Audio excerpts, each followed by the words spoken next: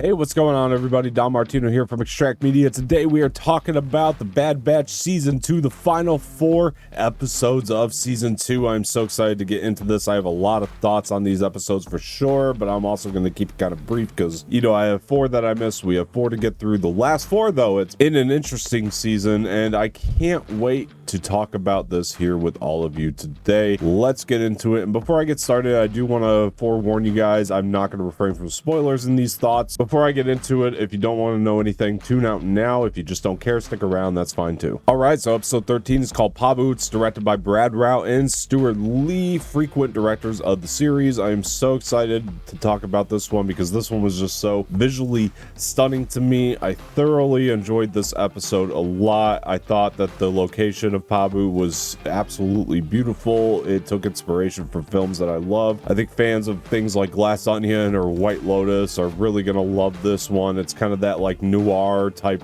resort thing going on, and they kind of find this as their new home. It's more of a filler episode, but also kind of does drive the story forward, considering they do like Pabu enough to stay there, and they want Omega to make other friends outside of the Bad Batch and to have friends her own age. And it's a really beautiful episode, but by the end everything kind of goes awry and they have to fix it. It's kind of an intense episode, but very well directed. I just thought it was absolutely gorgeous, and I really enjoyed it overall. Obviously, though, it still kind of kept that mission of the week feel. It was just kind of this one event that they had to do. That was my only issue with it, because I thought that we were done with that. But hey, if it has to be filler, this is a good way to do it. So episode 14 is called Tipping Point. It's directed by Brad Rauch and Saul Ruiz, and I thought that this one was very, very good. This follows Crosshair's imprisonment and then getting out of prison, and it's a really fun, action-packed episode. Obviously, this felt more like the penultimate than the last two, because the last two feel like a two-parter. They're very connected, and I did enjoy this as a setup for those final 2 episodes. It was very good. I loved Crosshair not being able to give away the Bad Batch. I liked his heart here, and it made a lot of sense, especially when they brought up Omega and they wanted him to talk about the Bad Batch, or give away their location rather, so they can get Omega, and that really hit Crosshair. It really connected back into the first season for me. There's really great action in this episode as well. I just enjoyed it overall. It was thoroughly entertaining, and again, it just set up the last 2 very, very well. Episode 15 is called The Summit. It's directed by Brad Rauch and Nathaniel Villanueva, and episode 16 is called Plan 99, which is directed by Brad Rauch and Stuart Lee. I want to talk about these 2 together because they did air on the same day, and again, they just go together extremely well. They're very well tied. It doesn't feel like it's 2 different directors on each episode. It feels like they were very connected. So let's talk about the big thing that just obviously broke my heart in this episode, and that was the fact that Tech dies. Apparently, anyway. I mean, we'll see what happens in season 3, but Tech does die, and that really stole my heart. And it actually is one of those things that made me look back on the rest of the season and say, oh my gosh, I understand what they were doing this entire time. And it made me really like the season all the more. I thought that this made this an excellent season. This is pretty much the extraction mission that they're trying to go on to get Crosshair, and it's a really emotional journey. I loved all the inspiration from older films that they took. There was a little bit of inspiration from Wizard of Oz there within a sequence with Omega and Hunter. I think you guys will probably know what I'm talking about, and it was just all beautiful and amazing, and just blew me away these last 2, man. I mean, they really, really freaking worked. And again, like I said, they do make you rethink the rest of the season. Hindsight is 2020, and this is why I don't do full reviews until a full season is out, and it's shows like this that make me that way. Thoroughly enjoyed it, and it was really fantastic. And then obviously at the end, Omega gets taken, and that sets up a phenomenal season 3, and I cannot wait for season 3. It's going to be hopefully just focused on the one story. I mean, you could do some like mission of the week stuff to a degree, but you're always going to have that driving force underneath to get Omega, much like how Grogu was the driving force for Mandalorian seasons 1 and 2, and I can't wait